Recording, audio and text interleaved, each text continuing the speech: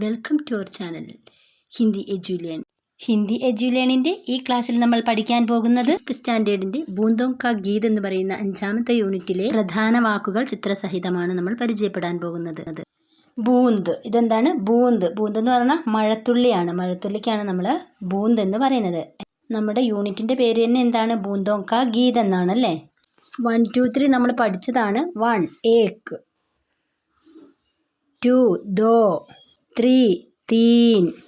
അടുത്തതായി വീടാണ്. വീടിന് നമ്മൾ പഠിച്ചിട്ടുള്ളതാണ് ഘർ. അടുത്തതായി നദിയാണ്. അപ്പോൾ ഈ ചിത്രങ്ങളോടൊപ്പം തന്നെ ഇവ എഴുതാൻ വേണ്ടിയും പഠിച്ചിട്ടുണ്ടാവണം. ചിഹ്നങ്ങളൊന്നും തെറ്റാതെ എഴുതാൻ അറിയണം. നദി എന്നാണ് ഇവിടെ എഴുതിയിട്ടുള്ളത്. Next ജൽമുർഗി our ചൂസ. ജൽമുർഗി കുളക്കോഴിയാണ്. ചൂസ എന്ന് പറഞ്ഞാൽ അതിൻ്റെ കുഞ്ഞാണ്. അപ്പോൾ ഇവിടെ എന്താണ്? ജൽമുർഗി ഔർ ചൂസ എന്ന് പറഞ്ഞാൽ ജൽമുർഗിയും അതിൻ്റെ കുഞ്ഞുങ്ങളും. ചൂസ കോഴിക്കുഞ്ഞിനും കുളക്കോഴിക്കുഞ്ഞിനും ഒക്കെ ചൂസ എന്നാണ് പറയുക. ജൽമുർഗി കുളക്കോഴിയാണ്, വാട്ടർ ഹെന്നാണ്.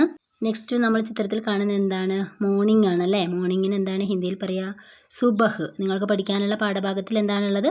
സുബഹ് എന്നാണ് കേട്ടോ. സുബഹ് എന്ന് പറഞ്ഞിട്ടുണ്ടെങ്കിൽ രാവിലെ എന്നാണ്. അടുത്തതായി നമ്മൾ കാണുന്നത് ഒരു ചുമരാണല്ലേ, ഭിത്തിയാണ്. ഭിത്തിക്ക് എന്താണ് പറയുക? ദീവാർ. നമ്മൾ ആ ജൽമുർഗീൻ്റെ ചാപ്റ്ററിൽ പഠിച്ചതാണ്. ബിലൗട്ട ദീവാറിൻ്റെ സൈഡിൽ നിന്ന് നോക്കുന്നു എന്നല്ലേ. ആ പൂച്ചക്കുഞ്ഞ് ചൂസകളെ നോക്കുന്നുണ്ടായിരുന്നില്ലേ. അപ്പോൾ ദീവാർ, ഭിത്തിയാണ് ദീവാർ. നെക്സ്റ്റ് നമ്മൾ പരിചയപ്പെടാൻ പോകുന്നത് ഒരു ബിലൗട്ടേനെയാണ്. ആരാണ് ബിലൗട്ട? കിറ്റനാണ്, ക്യാറ്റിൻ്റെ കുഞ്ഞാണ്. പൂച്ചക്കുഞ്ഞിനെ നമ്മൾ പറയും ബിലൗട്ട. അടുത്തതായി നമ്മൾ പരിചയപ്പെടാൻ പോകുന്നത് നിലമാണ്. നിലത്തിന് പറയുന്നത് ഫർഷ്, ഫ്ലോർ. പിന്നെയോ മച്ചർ. മച്ചർ ആരാണ്? കൊതുകാണ് മച്ചർ. അടുത്തത് പലങ്ക്. പലങ്ക് എന്താണ്? കട്ടിലാണ്, കോട്ട്. കട്ടിലിനെയാണ് നമ്മൾ പലങ്ക് എന്ന് പറയുക. പിന്നെ വരുന്നത് ബരാമദ. എന്താ ബരാമദ? വരാന്തയാണ്. നമ്മുടെ വീടിൻ്റെയൊക്കെ മുൻവശത്തെ വരാന്തയ്ക്കാണ് ബരാമദ എന്ന് പറയുക. പിന്നെ വരുന്നത് വീടിൻ്റെ മുമ്പിൽ. വീടിൻ്റെ മുമ്പിലാണെങ്കിൽ നമുക്ക് എങ്ങനെ പറയാം? ഗർക്കെ സാമ്നെ. എന്ത് സാധനത്തിൻ്റെ മുമ്പിലാണെങ്കിൽ നമ്മൾ സാമ്നെ എന്ന് ചേർക്കണം. ഇനി തീരത്താണെങ്കിൽ കിനാരെ എന്ന് ചേർക്കണം. ഇപ്പോൾ താലാബ് കെ കിനാരെ, കുളത്തിൻ്റെ തീരത്ത്, കുളത്തിൻ്റെ അരികിൽ. കിനാരെ എന്ന് പറഞ്ഞാൽ തീരം. അതുപോലെ തന്നെ ചുവട്ടിൽ മുകളിലൊക്കെ നമ്മൾ പഠിച്ചതാണ്. പേടിക്കെ നീച്ചെ, മരത്തിൻ്റെ ചുവട്ടിൽ. പേടിക്കെ നീച്ചെ, മരത്തിൻ്റെ ചുവട്ടിൽ. അപ്പോൾ മുകളിലാണെങ്കിൽ നമ്മൾ പഠിച്ചതാണ് ഊപ്പറാണ് അല്ലേ. പേടിക്കെ ഊപ്പർ എന്ന് വരും. അപ്പോൾ ഇങ്ങനത്തെ വാക്കുകൾ പഠിക്കണം. നീച്ചെ എന്നുള്ളതും ഊപ്പർ എന്നുള്ളതും കിനാരെ എന്നുള്ളതും അങ്ങനെയുള്ള ബാഹറും അന്തറും ഒക്കെ പഠിക്കണം കേട്ടോ. ബില്ലി, ഇതാരാണ്? ബില്ലി. ബില്ലി പൂച്ചയാണ്. ഇപ്പോൾ പൂച്ചയുടെ കുട്ടിയെ നമ്മൾ നേരത്തെ കണ്ടു, ബിലൗട്ട ആണ് അല്ലേ. അപ്പം വലിയ പൂച്ചയ്ക്ക് എന്താണ് നമ്മൾ പറയുക? ബില്ലിയാണ്. അപ്പോൾ അത് പഠിക്കുക. എഴുതാനുള്ളത് എങ്ങനെയാണെന്ന് നോക്കുക. പിന്നെ വരുന്നത് നമ്മൾ നേരത്തെ പരിചയപ്പെട്ടു ബൂന്ത്, മഴത്തുള്ളി. വെള്ളത്തിന് പാനി എന്നാണ് പറയുക. അതുപോലെ സമുദ്രം, കടലില്ലേ, നമ്മുടെ സമുദ്രത്തിന് സാഗർ എന്നാണ് പറയുക. എന്താണ് പറയുക? സാഗർ. അപ്പോൾ എങ്ങനെയാണ് എഴുതുന്നത് എന്നുള്ളതൊക്കെ നോക്കി പഠിക്കുക. 5ാം ക്ലാസ് കഴിയുമ്പോഴേക്കും നിങ്ങൾ അക്ഷരങ്ങൾ ഫുള്ളും പഠിച്ചിട്ടുണ്ടാവണം. എല്ലാ അക്ഷരങ്ങളും തന്നെ നമ്മൾ പാഠഭാഗത്തിൽ പരിചയപ്പെടുന്നതാണ്. നെക്സ്റ്റ് നമ്മൾ പരിചയപ്പെടാൻ പോകുന്നത് നഭ് ആണ്. എന്താണ് നഭ്? ആകാശമാണ് അല്ലേ. നമ്മൾ ആകാശത്തിന് മറ്റൊരു പേര് പഠിച്ചിട്ടുണ്ടല്ലോ, ആസ്മാൻ എന്ന് നമ്മൾ പഠിച്ചിട്ടുണ്ട്. അപ്പോൾ നഭ് ആകാശമാണ്, ആകാശം എന്ന് നമ്മൾ പഠിച്ചിട്ടുണ്ട് അല്ലേ. അടുത്തത് ബാദലാണ്. ആരാണ്? ബാദൽ. മേഘമാണ് ബാദൽ എന്ന് പറയുന്നത്.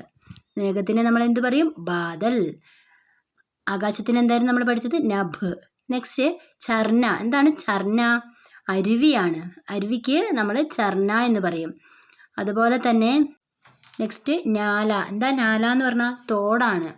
അപ്പം നമ്മൾ കുറേ ജലാശയങ്ങളെ പറഞ്ഞിരുന്നു അല്ലേ. നാല, അതുപോലെ തന്നെ ചർന.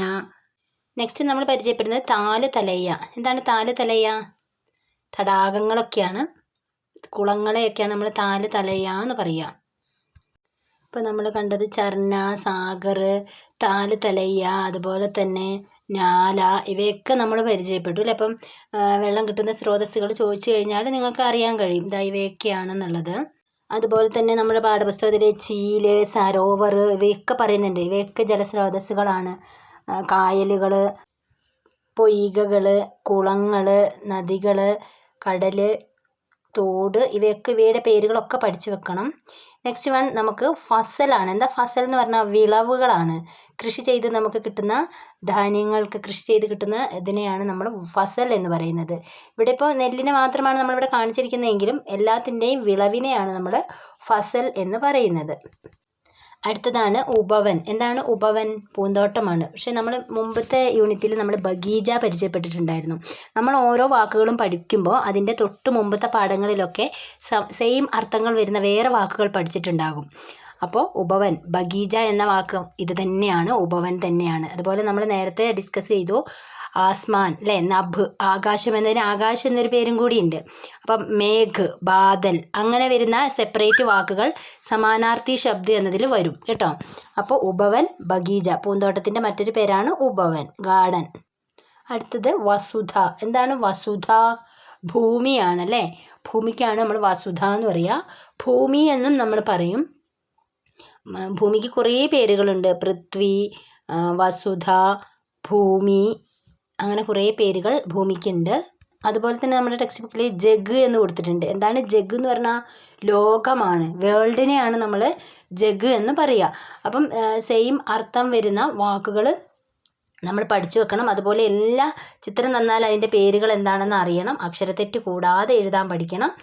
അപ്പോൾ പരീക്ഷയ്ക്ക് ചോദിക്കുന്ന കുറേ തരം ക്വസ്റ്റ്യൻസുമായിട്ട് നമുക്ക് വരും ക്ലാസ്സുകളിലൊക്കെ കാണാം. സബ്സ്ക്രൈബ് ചെയ്യാതെ കാണുന്ന കൂട്ടുകാരുണ്ടെങ്കിൽ സബ്സ്ക്രൈബ് ചെയ്യുമല്ലോ. അതുപോലെ തന്നെ ലൈക്ക് ചെയ്യാനും മറക്കണ്ട, ഷെയർ ചെയ്യാനും മറക്കണ്ട. താങ്ക്